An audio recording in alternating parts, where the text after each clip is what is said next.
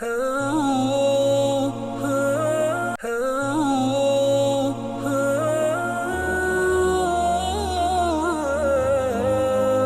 புனித மஸ்ஜித் அக்ஸாவுடைய ஹுத்பாவை ஹத்தீப் ஹாலித் அபு ஜுமா ஹஃபிதஹுல்லாஹ் நிகழ்த்தின ஹுத்பாவின் தலைப்பு சோதனைகளின் போது ஒரு முஃமின் எவ்வாறு நடந்து கொள்ள வேண்டும்.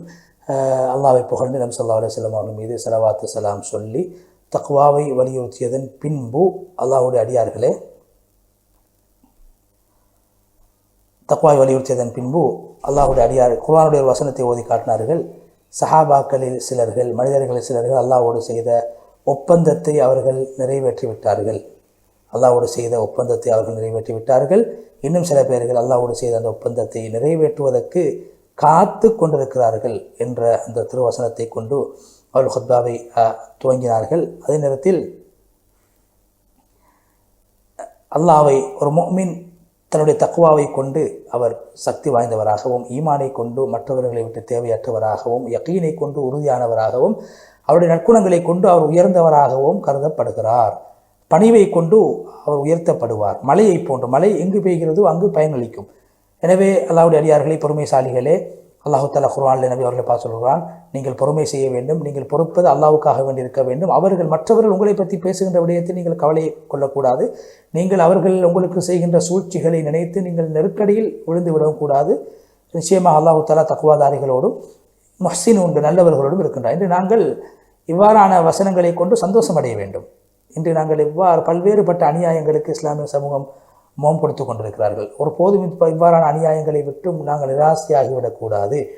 மனிதர்களில் சிலர்கள் அதாவது சோதனைகள் வருகின்ற போது, பிரச்சனைகள் வருகின்ற போது, அவர்கள் நெருக்கடிகளை சந்திக்குகின்ற போது அல்லாஹ்வுடைய முடிவை ஏற்றுக்கொள்ள வேண்டும் என்ற விடயத்தை விட்டும் தூரமாகி நிராசை அடைந்து விடுவதை நாங்கள் பார்த்து கொண்டிருக்கிறோம்.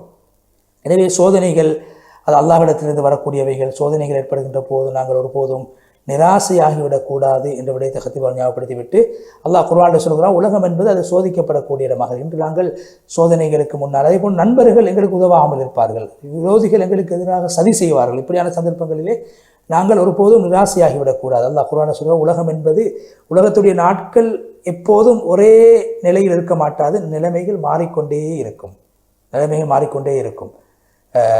அதாவது பசி வரும், அதே போன்று சந்தோஷமாக சாப்பிடுவோம், நோய் ஏற்படும், ஆரோக்கியம் கிடைக்கும். உலகத்துடைய நிலைமை ஒன்றை போன்று இருக்க மாட்டாது, அது மாறக்கூடியதாக இருக்கிறது. எனவே அல்லாஹ்வை நம்புங்கள். அல்லாஹ் நிச்சயமாக சோதனைகளுக்கு பின்னால் வெற்றியை வைத்திருக்கிறான். அதே போன்று பிரச்சனைகளுக்கு பின்னால் அல்லாஹு தஆலா சந்தோஷத்தை வைத்திருக்கிறான். நெருக்கடிக்கு பின்னால் அல்லாஹ் ஈடேற்றமான வாழ்க்கையை வைத்திருக்கின்ற விடயங்களை நீங்கள் நம்புங்கள். இந்த உலகம் சோதனைகளை கொண்டு நிறைக்கப்பட்டதாக இருக்கிறது, இன்னல்களை கொண்டு நிறைக்கப்பட்டதாக இருக்கிறது. எனவே சோதனைகள் நிரந்தரமற்றவை, இன்பமும் நிரந்தரமற்றவை. ஆரோக்கியம், நோய், கண்ணியம், இழிவு, இதெல்லாம் உலகத்தில் ஒரு மனிதன் சந்திக்க வேண்டிய விடயங்கள். எனவே குறிப்பாக மஸ்ஜிதுல் அக்ஸாவுடைய பிரதேசத்தில் வாழக்கூடிய மக்களே, பொறுமைசாலிகளே, அல்லாஹு தஆலா இரக்கம் காட்டக்கூடியவனாக இருக்கிறான், இரக்கம் உள்ளவனாக இருக்கிறான். அல்லாஹ் உங்களை ஒருபோதும் கவலையில் ஆழ்த்தக்கூடியவனாக இல்லை. எனவே உங்களுடைய பொறுமை அல்லாஹ் சோதித்துக் கொண்டிருக்கிறான். நீங்கள் மார்க்க விடயத்தில் உறுதியாக இருக்க வேண்டும் என்பதை அல்லாஹ் எதிர்பார்த்து கொண்டிருக்கிறான்.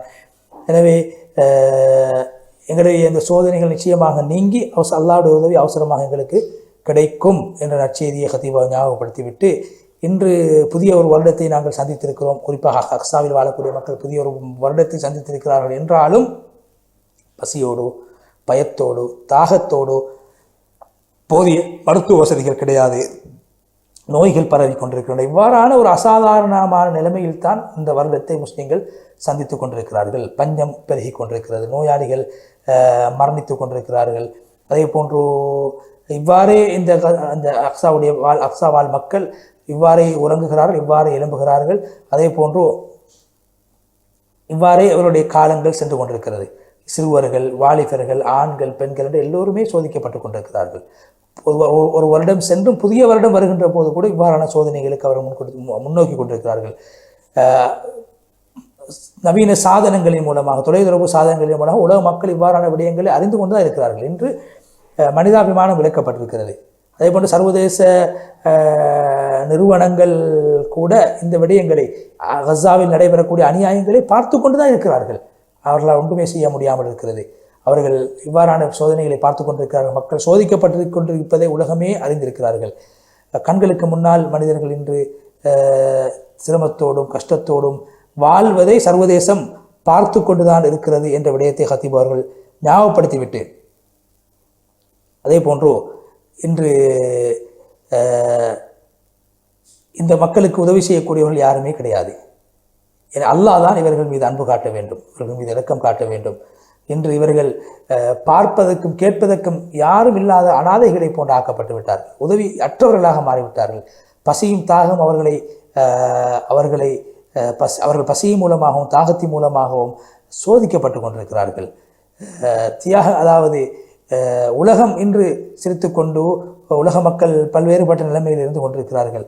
எனவே இந்த உலக வாழ்க்கை என்பது இப்படித்தான்.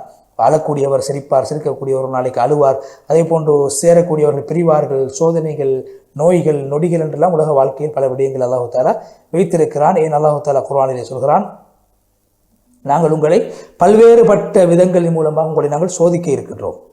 பல்வேறுபட்ட விடயங்களை கொண்டு உங்களை நாங்கள் நல்ல விடயங்களை கொண்டு சோதிப்போம், கெட்ட விடயங்களை கொண்டு சோதிப்போம். நீங்கள் எங்களின் பக்கம்தான் மீண்டும் அனுப்பப்பட உள்ளீர்கள்.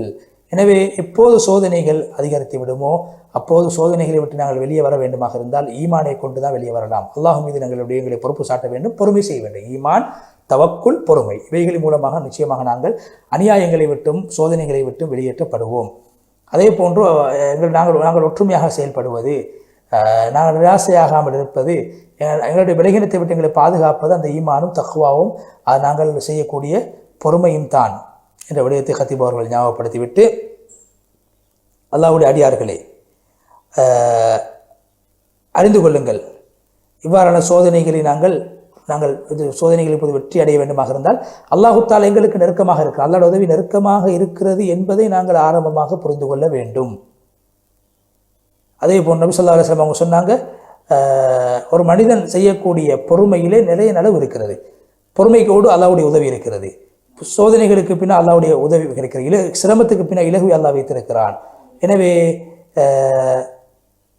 ஒரு முஃமினுக்கு ஏற்பட்ட சோதனைகளின் மூலமாக, சோதனைகளின் போது ஒரு முஃமின் திடுக்கிடுவதை கொண்டு, அவன் தடுமாறுவதை கொண்டு அவனுடைய சோதனைகள் நீக்கப்பட மாட்டாது. தக்குவா, ஈமான், பொறுமை மூலமாகத்தான் சோதனைகளை நீக்கப்படும். அல்லாஹு தஆலா முடிவெடுத்தபடியே உலகத்தில் நடந்தே தீரும். நாங்கள் கவலைப்படுவதில்லையோ அல்லது நாங்கள் சஞ்சலப்படுவதில் எந்த பிரயோசனமும் இல்லை. ஈமானை கொண்டு அல்லாஹ்வின் பக்கம் நாங்கள் முன்னேற, அல்லாஹ்வின் பக்கம் நாங்கள் முன் செல்ல வேண்டும், அல்லாஹ்வின் பக்கம் நாங்கள் செல்ல வேண்டும்.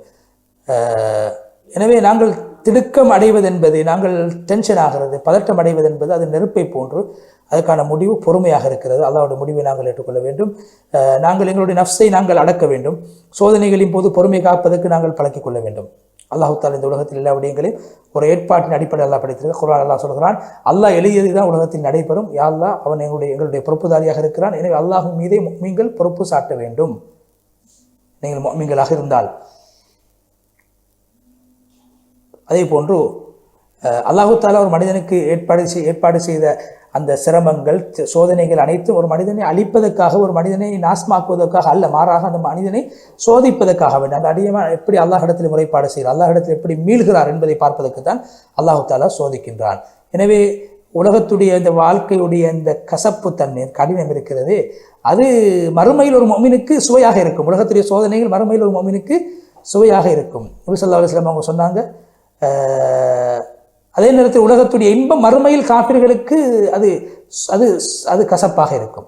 நபி ஸல்லல்லாஹு அலைஹி வஸல்லம் சொன்னார், நாளை மறுமையில் உலகத்திலே மிகவும் இன்பத்தோடு வாழ்ந்த, உலகத்திலே இன்பமாக செழிப்போடு வாழ்ந்த ஒரு மனிதன் நாளை மறுமையில் கொண்டு வரப்படுவார். அவருக்கு நரகவாசிகளில் உலகத்திலே இன்பமாக வாழ்ந்தவர் நாளை மறுமையில் கொண்டு வரப்பட்டு நரகத்துடைய ஒரு பகுதி அவருக்கு காட்டப்படும்.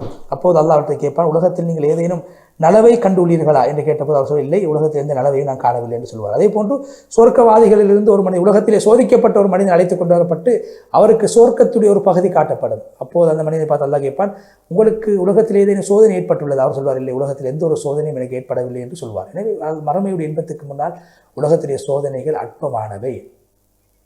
ஃபுதைல் இப்னு ஐயாப் ரஹ்மத்துல்லாஹி அலைஹி அவர்கள் சொல்கிறார்கள், எப்படி ஒரு மனிதன் தன்னுடைய குடும்பத்துக்கு நலவு கிடைக்க வேண்டும் என்று விரும்புகிறாரோ, நலவு வர வேண்டும் என்று எதிர்பார்த்து கொண்டிருப்பார், அதே போன்று அல்லாஹ் தஆலா சில நல்ல அடியார்கள் உலகத்தில் சோதனைகளை கொடுத்து அல்லாஹ் அவர்களை கவனித்துக் கொண்டிருக்கிறார், அவருடைய அந்தஸ்தை உயர்த்திக் கொண்டிருக்கிறார், அவருடைய பாவங்களை அல்லாஹ் மன்னித்துக் கொண்டிருக்கிறார். எனவே ஒரு உலகம், இன்று நாங்கள் புதிய ஒரு வருடத்தை நாங்கள் சந்தித்திருக்கிறோம். புதியொரு வருடத்தை நாங்கள் சந்தித்திருக்கிறோம். எனவே இந்த வருடத்தில் நாங்கள் மிகவும் பல்வேறுபட்ட சோதனைகளுக்கு நாங்கள் முகம் கொடுத்து கொண்டிருக்கிறோம். அதே போன்று பிலஸ்தீன் உடைய பகுதிகளிலே எல்லா பகுதிகளிலும் முஸ்லீம்கள் சோதனைகளுக்கு உள்வாங்கப்பட்டு கொண்டிருக்கிறார்கள். பல்வேறுபட்ட சோதனைகளுக்கு முகம் கொடுத்து கொண்டிருக்கிறார்கள். எனவே அல்லாஹ் தஆலா நிச்சயமாக இவ்வாறான சோதனைகளிலிருந்து வெளியேறக்கூடிய சந்தர்ப்பத்தை அல்லாஹ் நிச்சயமாக எங்களுக்கு தருவான். அதே போன்று நாங்கள் இந்த ஒற்றுமையாக நாங்கள் செயல்பட வேண்டும். ஒற்றுமை தான் எங்களுடைய பலமாக இருக்கிறது. அது நபி ஸல்லல்லாஹு அலைஹி வஸல்லம் அவர்கள் சொன்னார்கள், முஃமின்கள் அவர்களுக்கு மத்தியிலே அவர்கள் ஒருவருக்கொருவர் உதவி செய்யக்கூடியவர்களாக இருக்கிறார். ஒருவருடைய உரிமைக்காக வேண்டி மற்றொருவர் பாடுபடக்கூடியவராக இருக்க வேண்டும் என்று அருமை நாயகம் ஸல்லல்லாஹு அலைஹி வஸல்லம் அவர்கள் சொன்னார்கள். ஒரு முஃமினுடைய இரத்தத்துக்காக இன்னொரு முஸ்லீம் பாடுபட வேண்டும், உரிமைக்காக பாடுபட வேண்டும் என்று நபி ஸல்லல்லாஹு அலைஹி வஸல்லம் அவர்கள் சொன்னார். ஹதீஸுக்கு ஏற்ற பிரகாரம் நாங்கள் ஒற்றுமையாக நாங்கள் செயல்பட வேண்டும். முஸ்லீம்கள் இந்த இஸ்லாமிய சமூகம் நிறத்தால் மொழியால் வேறுபட்டாலும் அவர்கள் ஒரு உடம்பை போல, ஒரு உடம்பில் ஒரு உறுப்புக்கு வருத்தம் ஏற்பட்டாலும் அந்த உடம்பு முழுக்க வருத்தம் ஏற்படுகிறது. எனவே நாங்கள் ஒற்றுமையாக செயல்பட எங்களை ஒரு மார்க்கம் எங்களை ஒன்று சேர்த்திருக்கிறது. தீன் என்று சொல்லக்கூடிய மார்க்கம், ஒரு வேதம் எங்களை ஒன்று சேர்க்கிறது. ஒரு நபியை நாங்கள் பின்பற்றக்கூடியவர்களாக நாங்கள் இருக்கின்றோம். எனவே நபி ஸல்லல்லாஹு அலைஹி வஸல்லம் யார் எங்களுடைய கிப்லாவை முன்னோக்கி தொழுது யார் எங்களை போன்று தொழுவார்களோ, நாங்கள் அறுத்தது யாரெல்லாம் சாப்பிடுவார்களோ அவர்தான் முஸ்லீம் என்று நபி ஸல்லல்லாஹு அலைஹி வஸல்லம் அவர்கள் சொன்னார்கள். அல்லாஹ்வுடைய பாதுகாப்பு நிச்சயமாக அவருக்கு கிடைக்கும். எனவே அல்லாஹ்வோடு செய்த ஒப்பந்தத்தை நீங்கள் மீற வேண்டாம், அல்லாஹ்வோடு செய்த நீங்கள் அமானிதங்களை நீங்கள் மீற வேண்டாம் என்று கத்தீப் அவர்கள் ஞாபகப்படுத்திவிட்டு பிரிவினைகளை நாங்கள் கலைந்து ஒற்றுமையாக ஐக்கியமாக நாங்கள் செயல்பட முன்வர வேண்டும். நபி ஸல்லல்லாஹு அலைஹி வஸல்லம் சொன்னார்கள், ஒரு முஃமினுக்கு ஒரு கட்டிடத்தை போல கட்டிடத்தில் ஒரு கல்லோடு இன்னொரு கல் சேர்ந்திருக்கிறது. அதுபோன்று நபி ஸல்லல்லாஹு அலைஹி வஸல்லம் 2 கைகளையும் சேர்த்து சொன்னார், கோர்த்து சொன்னார்கள். இது போன்று ஒரு முஃமின் வாழ வேண்டும் என்று சொன்னார்கள். சொல்லிவிட்டு நீங்கள் தௌபா செய்யுங்கள், இஸ்திக்ஃபார் செய்யுங்கள் என்று வலியுறுத்தி துவா செய்து ஹுத்பாவுடைய முதல் பகுதியை விட்டும் ஹத்தீப் ஹாலித் அபு ஜுமா ஹஃபிதஹுல்லா அவர்கள் விடைபெற்று சென்றார்கள். அவருடைய 2வது பகுதியில் ஹத்தீப் அவர்கள் மிக சுருக்கமாக அல்லாஹ்வை புகழ்ந்து அல்லாஹு தஆலா பொறுமைசாலிகளுக்கு அல்லாஹ் நன்மைகளை வாக்களித்திருக்கிறான், பொறுமை மூலமாக அல்லாஹ்வுடைய உதவியை அல்லாஹு தஆலா வாக்களித்திருக்கிறான் என்று சொல்லி இந்த மஸ்ஜித் அக்ஸா, இந்த குதுசுரிய இந்த பூமி, இது வரலாற்று நெடுகிலே முஸ்லீம்களுக்கு சொந்தமான ஒரு பூமியாக இருக்கிறது. முஸ்லீம்களுக்கு மாத்திரம் இது சொந்தமானது.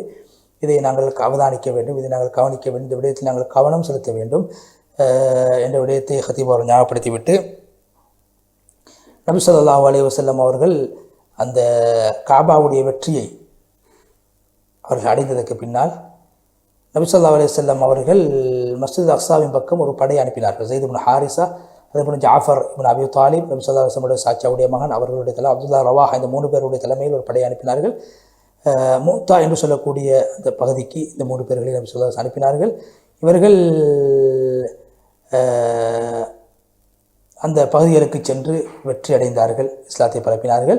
அதே போன்று உசாமத் இப்னு ஸைத் ரலியல்லாஹு தஆலா அன்ஹு அவர்களை இறுதியாக ரோமர்களோடு ஷாமில் போரிடுவதற்காக வேண்டி நபி ஸல்லல்லாஹு அலைஹி வஸல்லம் அவர்கள் நியமித்து ஒரு படை அனுப்பினார்கள். அந்த ஷாமுடைய பிரதேசத்தில் தான் மஸ்ஜிதுல் அக்ஸா, பைத்துல் மக்திஸ் இருக்கிறது. எனவே அது நபி ஸல்லல்லாஹு அலைஹி வஸல்லம் அவர்கள் மூலமாக கவனம் செலுத்தப்பட்ட ஒரு பகுதியாக இந்த ஷாமுடைய பகுதி, குறிப்பாக இந்த அக்ஸாவுடைய பகுதி அமைந்திருக்கு. அபூபக்கர் சித்திக் ரலியல்லாஹு தஆலா நபி அவர்கள் மௌத்தாயினத்துக்கு பின்னால் நபி ஸல்லல்லாஹு அலைஹி வஸல்லம் அவர்கள் முடிவெடுத்து அந்த படையை அனுப்பினார். உசாமத் இப்னு ஸைத் ரலியல்லாஹு அன்ஹு தலைமையிலே அந்த படையை அனுப்பினார்கள். எனவே ஷாமுடைய விடயத்தில் நபி ஸல்லல்லாஹு அலைஹி வஸல்லம் அவர்கள் மிகவும் முக்கியத்துவம் கொடுத்திருக்கிறார்கள் என்ற விடயத்தை முன்னால் சொல்லப்பட்ட அந்த சம்பவம் எங்களுக்கு எடுத்து காட்டுகிறது. எனவே இந்த அக்ஸாவுடைய விடயத்தில் நாங்கள் கவனம் செலுத்துவது என்பது மார்க்க ரீதியான கடமையாக இருக்கிறது. இது நபிமார்கள் வாழ்ந்த, நல்லடியார்கள் வாழ்ந்த, சாலிஹான மக்கள் வாழ்ந்த ஒரு பகுதியாக, ஒரு பூமியாக இந்த அக்ஸாவுடைய பூமி இருக்கிறது. நபி ஸல்லல்லாஹு அலைஹி வஸல்லம் அவர்கள் மூலமாக முக்கியத்துவம் செலுத்தப்பட்ட ஒரு பூமியாக இந்த பூமி காணப்பட்டிருக்கிறது. எனவே அந்த அடிப்படையில் முஸ்லீம்கள் அவர்களுக்கு ஒரு பொறுப்பு இருக்கிறது. மிக குறிப்பாக இந்த அக்ஸாவுடைய இந்த பாதைகள், அதே போல் இந்த அக்ஸாவுடைய கட்டிடங்கள், இந்த அக்ஸாவுடைய எல்லா இடங்களும் இந்த முஸ்லீம்களுக்கு சொந்தமானது. முஸ்லீம்களுடைய நாகரீகமான ஒரு பூமியாக இந்த பூமி காணப்படுகிறது. நபிமார்கள் வாழ்ந்த ஒரு பூமியாக இது இருக்கிறது. அதே போன்று வேதங்கள் அருளப்பட்ட ஒரு பூமியாக இந்த பூமி இருக்கிறது. முஸ்லீம்கள் எப்படி இந்த பூமியை மறக்க முடியும்? முஸ்லீம்களுடைய கொள்கையோடு, மார்க்கத்தோடு, வரலாற்றோடு சம்பந்தப்பட்ட ஒரு பூமியாக இந்த பூமி காணப்படுகிறது. அதே போன்று இந்த பூமியுடைய மிக முக்கியமானது மஸ்ஜிதுல் அக்ஸா என்று சொல்லக்கூடியது. இது எங்களுடைய அமானிதம். அல்லாஹ் நிச்சயமாக கியாமத்து நாளில் கேட்பான். அல்லாஹ் கியாமத்து நாளில் சொல்கிறான், அவர்களை நிறுத்துங்கள், அவர்களிடத்தில் வினவப்படும், கேள்விகள் கேட்கப்படும் என்று அல்லாஹ் குர்ஆனில் சொல்லியிருக்கிறான். எனவே நிச்சயமாக அநியாயம் ஒருபோதும் நிலைக்காது, அநியாயம் அணிந்துவிடும். அநியாயக்காரர்கள் நாளை மறுமையில் அவர்கள் எங்கு செல்ல இருக்கிறார்கள் எதை சந்திக்க இருக்கிறார்கள், எப்படியான தண்டனை அவர்களுக்கு வழங்கப்படும் என்பதை அவர்கள் அறிந்து கொள்வார்கள் என்ற விடயத்தை கத்தீப் அவர்கள் ஞாபகப்படுத்திவிட்டு இறுதியாக நீண்டதொரு துவாவை செய்து புனிதமான மஸ்ஜித் அக்ஸாவுடைய ஹுத்பாவை விட்டு விடைபெற்று சென்றார்கள். அந்த அடிப்படை இன்றைய தினத்திலே புனித மக்கா முக்கர்ரமாவுடைய ஹுத்பாவில் ஹத்தீப் அவர்கள் ஈரோலகத்திலும் நாங்கள் வெற்றி பெற வேண்டுமாக இருந்தால் என்ன செய்ய வேண்டும் என்பதாக ஞாபகப்படுத்தினார்கள். அந்த விடயங்களை கடைபிடித்து நடக்க வேண்டும். இரண்டாவது ஹுத்பாவில் ஹத்தீப் அவர்கள் இந்த ரஜபுடைய மாதம் புனித மாதங்கமான மாதங்களில் ஒன்றாக இருக்கிறது. நபி ஸல்லல்லாஹு அலைஹி வஸல்லம் என்னென்ன விடயங்களை இந்த மாதத்தில் செய்ய சொன்னார்கள், செய்து காட்டினார், அந்த விடயங்களை நாங்கள் செய்ய வேண்டும் என்ற விடயத்தை ஞாபகப்படுத்தினார்கள். அதே போன்று மூன்றாவது ஹுத்பாவில் ஹத்தீப் அவர்கள் நாங்கள் எப்போதும் பொறுமையை காக்க வேண்டும், நாங்கள் சோதனைகளின் போது நிராசையாகிவிடக்கூடாது, அல்லாஹ்வுடைய உதவி எதிர்பார்க்க வேண்டும், அல்லாஹ் மீது நம்பிக்கை கொண்டவர்களாக வாழ வேண்டும் என்று வலியுறுத்தினார்கள். அந்த போதனைகளை வாழ்க்கையில் எடுத்து நடந்து பொறுமைசாலிகளாக நாங்கள் மாற வேண்டும். அந்த அடிப்படையில் இவ்வளவு நேரமாக இந்த ஹுத்பா நிகழ்ச்சியை பார்த்து கொண்டிருக்கக்கூடிய நேர்களாக உங்களுக்கு அது அருள் பாலிக்க வேண்டும் என்று துவா செய்து, நிகழ்ச்சி தயாரிப்பாளர் சகோதரர் ரிஸ்வான் அவர்களுக்கும் தொழில்நுட்ப உதவியாளர் சகோதரர் ஷர்ஃபான் அஹமது அவர்களுக்கும் நன்றியை தெரிவித்து, நேர்களாகிய உங்களுக்கும் நன்றிகளை தெரிவித்து துவா செய்து இன்னும் ஒரு மனாபில் இஸ்லாம் நிகழ்ச்சியினூடாக உங்கள் அனைவரையும் மீண்டும் சந்திக்கும் வரை விடைபெற்றுச் செல்கிறோம். வாஹிர் தஅவானா அல்ஹம்துலில்லாஹி ரப்பில் ஆலமீன். அஸ்ஸலாமு அலைக்கும் வரஹ்மத்துல்லாஹி வபரகாத்துஹு.